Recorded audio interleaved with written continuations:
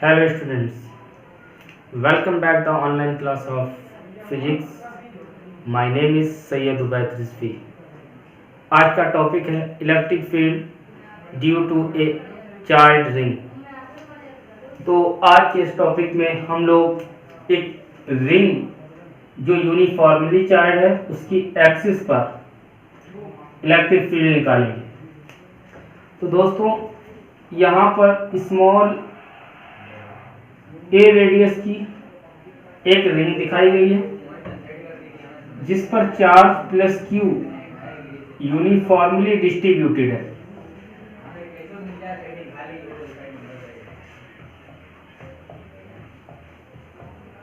इस तरीके से,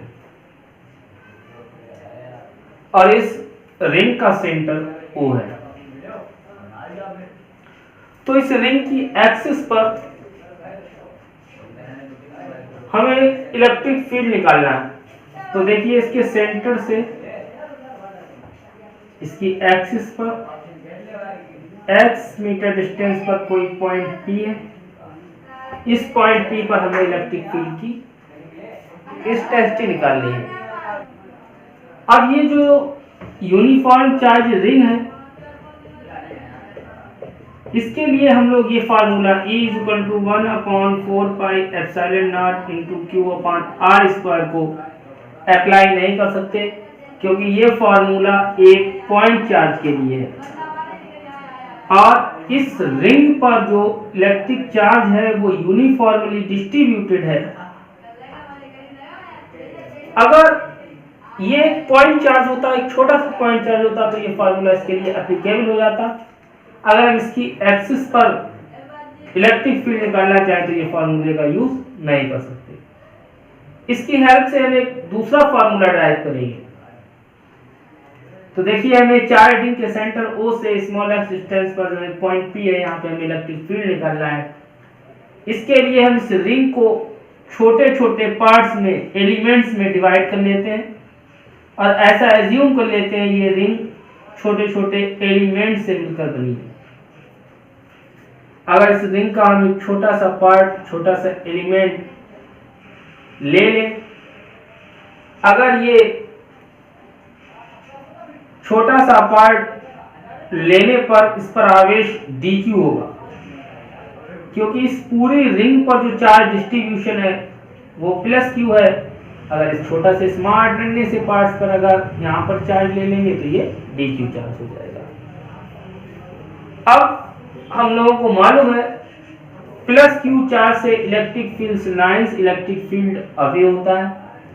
तो यहाँ से electric field line away from the charge होगी.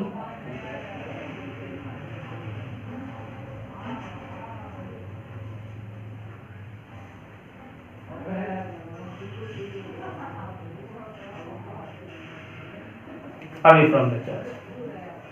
अब यहां पर समझने वाली बात यह है,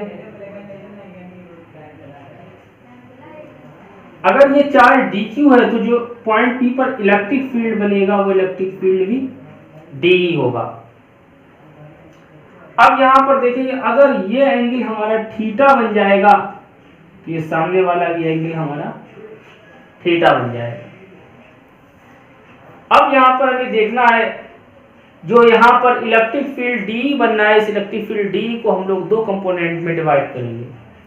ये जो एंगल थीटा बनना है ये थीटा वाला एंगल हमारा कॉस होता है. और यहाँ पर जब दो पार्ट्स में डिवाइड करेंगे, दो कंपोनेंट में डिवाइड करेंगे तो कंपोनेंट होगा एक वर्टिकल कंपोनेंट और एक हॉरिजॉन्टल कंपोनेंट. जो एंगल थीटा के साथ बनता है वो हॉरिजॉन्टल कंपोनेंट होता है. तो DE का हॉरिजॉन्टल कंपोनेंट हो जाएगा DE cos थीटा और DE का वर्टिकल कंपोनेंट हो जाएगा DE sin थीटा.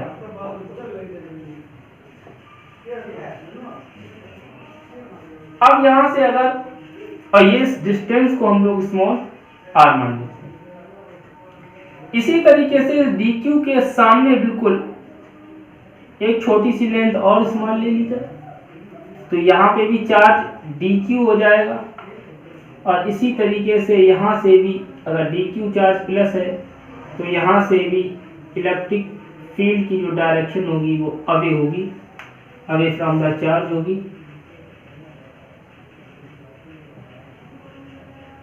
इस तरीके से।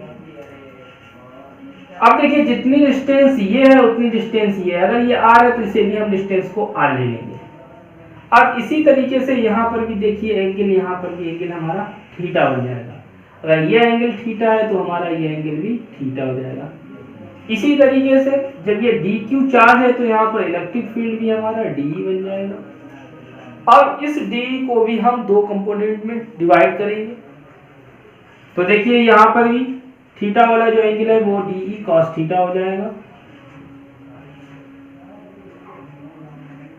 और ये जो हमारा वर्टिकल कंपोनेंट होगा ये हमारा डी ई साइन थीटा हो जाएगा। तो आप लोगों को ये डायग्राम आई होप अच्छे से समझ में आ गया होगा। आप लोग इसे कॉपी पर नोट कर लीजिए, और वीडियो शुरू होने से पहले आप लोग पेन कॉपी लेके बैठा करिए, जिससे आप लोग अच्छे से डायग्राम बना सकें और डेरिवेशन को नोट कर सकें। तो आप लोग इसे जल्दी से नोट कीजिए।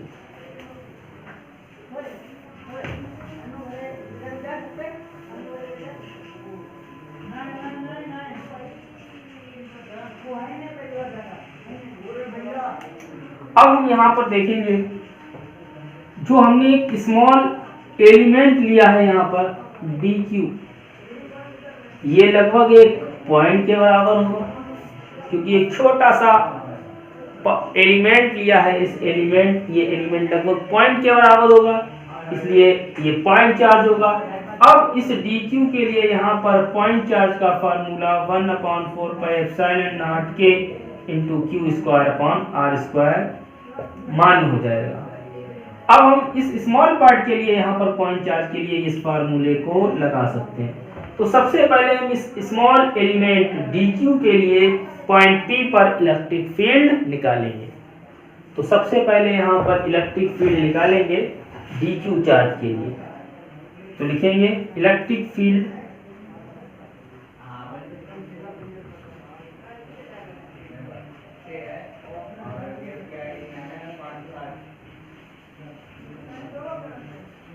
Due to D Q charge. तो देखिए डी क्यू चार्ज के कारण इलेक्ट्रिक फील्ड हमारा यहाँ इस डी क्यू के कारण कितना बनना है, डी बनना है। तो हम लोग पॉइंट चार्ज वाला फार्मूला लगा देंगे, D E is equal to 1/4πε0 के into D Q upon R square. अब हमारा D इलेक्ट्रिक फील्ड है, डी क्यू चार्ज है, फार्मूला हमारा वही है। अब जो हमने यहाँ पर K लिया है, K इसलिए लिया है, ये जो हमने मान लिया है, एज्यूम कर लिया है, ये जो हमारी यूनिफॉर्म चार्ज रिंग है, ये डाइलेक्ट्रिक कांस्टेंट K वाले मीडियम में रखी है। अब यहाँ पर हम पॉइंट P पर ध्यान देंगे। देखिए यहाँ पर कंपोनेंट जो हमारे वर्टिकल कंपोनेंट है D sine theta, D sine theta, ये मैग्नीट्यूड में इक्वल है बट डायरेक्शन में अपोजिट है, तो they will cancel two each other. यानी कि D sine theta equal in magnitude but opposite in direction, so it will cancel two each other. तो ये एक दूसरे को कैंसिल कर देंगे। But D cos theta equal in magnitude but in same direction. अब ये दोनों की डायरेक्शन सेम है तो ये आपस में जुड़ जाएंगे, एड अप हो जाएंगे। तो यहाँ पर जो हमारा रिजल्टेंट इलेक्ट्रिक फील्ड निकलेगा वो हमारा डी ई कॉस थीटा की वजह से ही निकलेगा। तो हम यहाँ पर लिख सकते हैं D component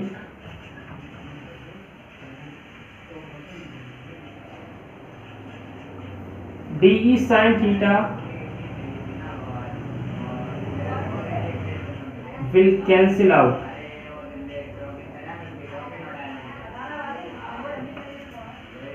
but DE cos theta will be add up।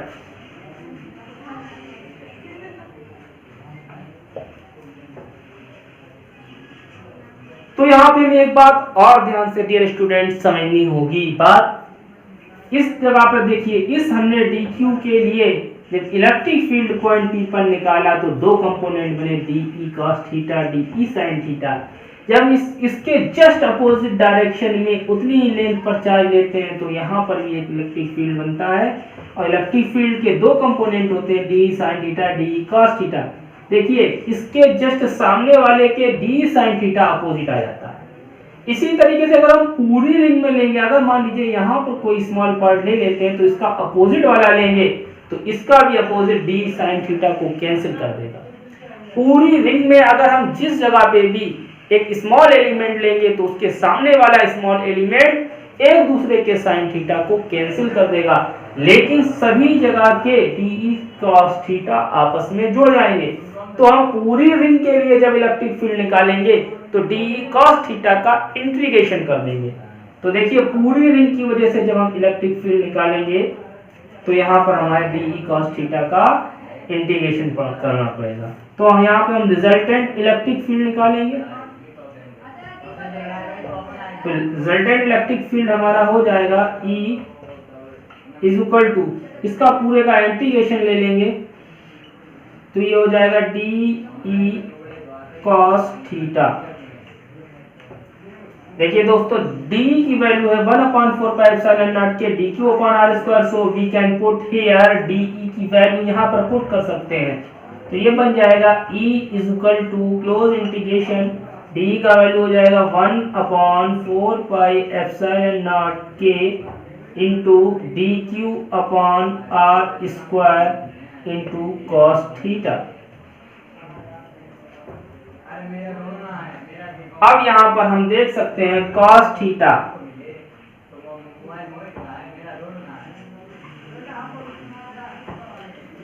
अगर हम इस राइट एंगल ट्रायंगल में आते हैं, ये देखिए जिसको मैं हाईलाइट कर रहा हूं,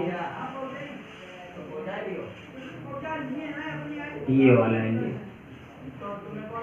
तो देखिए cos theta is equal to होता है बेस अपॉन हाइपोटेनियस। बेस हमारा x है, हाइपो हमारा r है, तो यहाँ पे हम लिख सकते हैं x/r।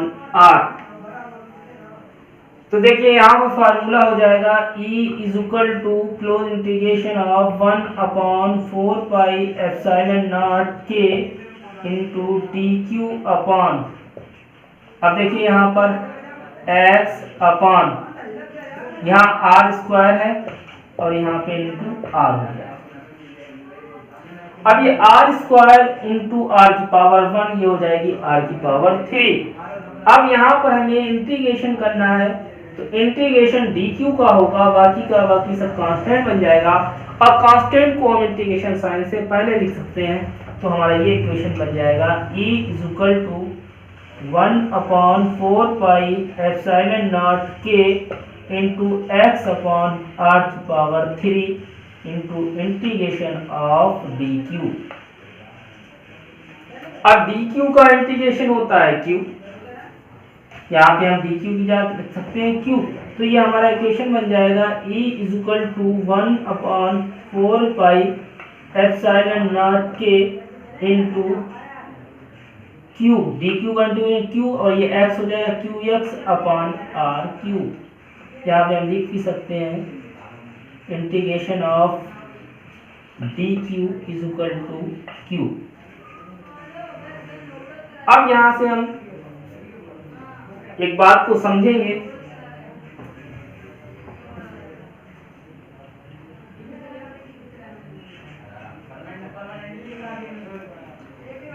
एक बात समझिए। अगर हम यहाँ पे r की वैल्यू चाहिए, अगर देखिए हम यहाँ से r की वैल्यू निकालें इस राइट एंगल ट्रायंगल से, यहाँ से देखिए फिर से वही राइट एंगल ट्रायंगल ले लेंगे। यहाँ से देखिए यहाँ पे हमें पाइथागोरस प्रमेय लगाना पड़ेगी। पाइथागोरस प्रमेय यानी पाइथागोरस थ्योरम होती है perpendicular square is equal to hypotenuse square is equal to perpendicular square plus base square. तो यहाँ से देखेंगे तो हाइपोटेनियस स्क्वायर यानी r² is equal to perpendicular है हमारा a, तो ये हो जाएगा a² plus base square, base होता है x²। अगर हम यहाँ से r इज इक्वल टू निकालें तो ये पावर उधर जाएगी तो ये हो जाएगा ए स्क्वायर प्लस एक्स स्क्वायर की होल पावर 1/2। तो यहाँ पर हमारा ये r का वैल्यू आ गया। इस r की वैल्यू को यहाँ पर पुट कर देंगे तो फार्मूला बन जाएगा E = 1/4 पाई एप्सिलॉन नॉट के qx अपॉन r की जगह पर हम रख देंगे ए स्क्वायर प्लस एक्स स्क्वायर की होल पावर 3/2। डियर स्टूडेंट्स, यही हमारा इक्वेशन होता है यूनिफॉर्म चार्ज रिंग के लिए। अगर हम चाहें तो एयर एंड वैक्यूम के लिए k = 1 रख सकते हैं। 1 रख देंगे तो यहाँ से k रिमूव हो जाएगा। It is very important equation for your board exam, so you can learn right now. Thank you very much.